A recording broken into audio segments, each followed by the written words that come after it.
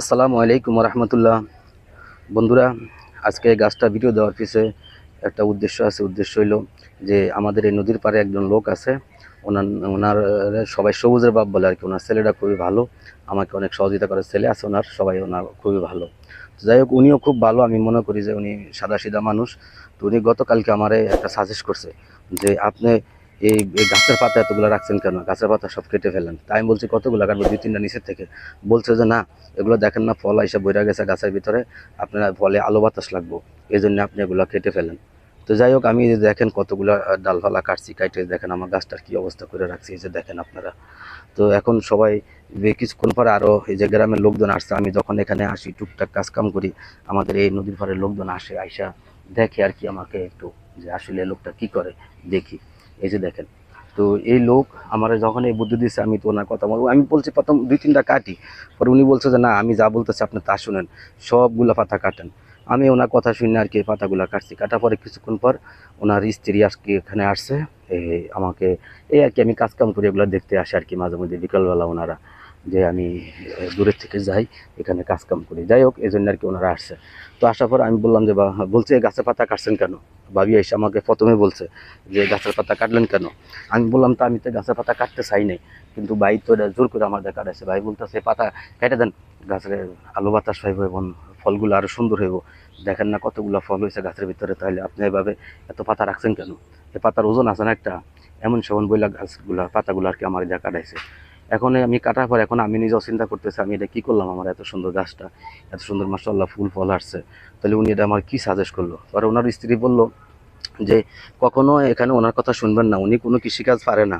তা আমি বলছি, উনি বলছে উনি নাকি 4-5 বিঘা কৃষিকাজ করছে, ধান ক্ষেত করছে, সব ধরনের ফল ফলাদি করছে। বলছে গোড়ার ডিম মিথ্যা কথা বলে। ওনার কথা আপনি শুনেন, ওনার কথা কখনো শুনবেন, ওনার কথা শুনলে আপনার ভালো হবে না। তো যাই হোক, তারপরে আমি কি বলবো আর। এখন ওনার স্ত্রী বলছে যে ওনার কথা আর কখনো শুনবেন না, এত সুন্দর গাছটা। ওই ওনার স্ত্রী বলছে যে ওনাদের বাড়ি হলে হাতিমারা আর কি, এখানেও গ্রাম এলাকা। তো বলছে যে আমার বাপে সারা বছর পেঁপে চাষ করছে, কখনো দেখিনি পাতা পুতা কাটতে, আর হইলো এই যে গাছের গোড়া থেকে জঙ্গল মঙ্গল পরিষ্কার করতে। ওনারা একবার লাগাই দিয়েছে সুন্দর করে মাটি মুটি দিয়া, বাস। এরপর দেখছি আমরা ফল হয়েছে, এরকম কিছু বলছে আর কি। যাই হোক, ওনার স্ত্রী বলছে যে আমি ওনার কথা আর কখনো শুনবেন না, উনি উল্টাপাল্টা কাজ করে। উনি একবার আমাদের 4 বিঘা জমিনের ধান নষ্ট করে দিছে, এভাবে সার দিয়া সব ধান নষ্ট করে ফেলাইছে। তো বন্ধুরা, আর কি বলবো এখন। আমার তো, আমি এটা নিয়ে একটু টেনশনে আছি, আসলে কি কোনো ক্ষয়ক্ষতি হবে কি না আমি জানি না। তো যাই হোক, আপনারা একটু যদি আপনাদের কোনো সাজেস্ট সাজেস্ট করবেন, যেহেতু একটা ঘটনা ঘটে গেছে। এখন আমি কিভাবে, পাতাগুলো একদম তন্তাজা ছিল, এই যে দেখেন মাশাআল্লাহ, এক একটা পাতা দেখেন কি সুন্দর, এরকম সুন্দর ছিল। তারপরে উনি দেখেন, আলহামদুলিল্লাহ দেখেন কি সুন্দর।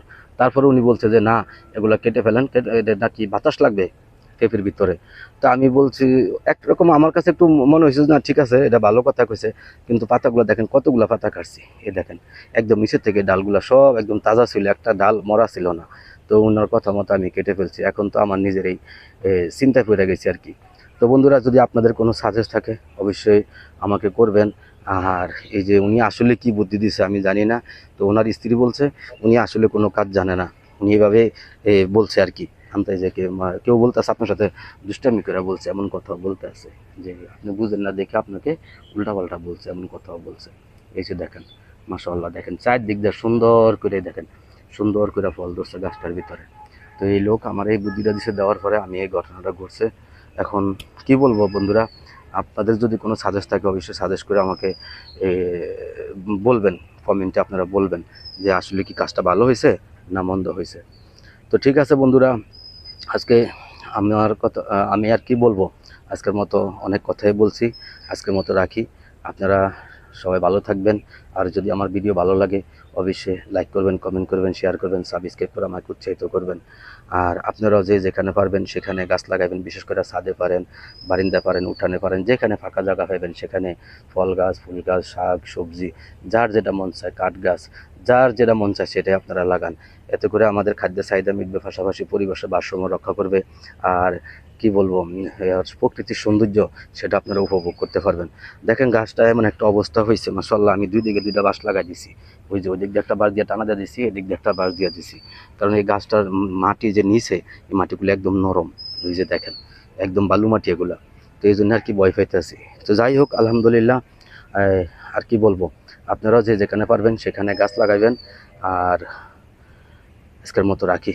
আপনারা সবাই ভালো থাকবেন, নিজের খেয়াল রাখবেন। আল্লাহ হাফেজ।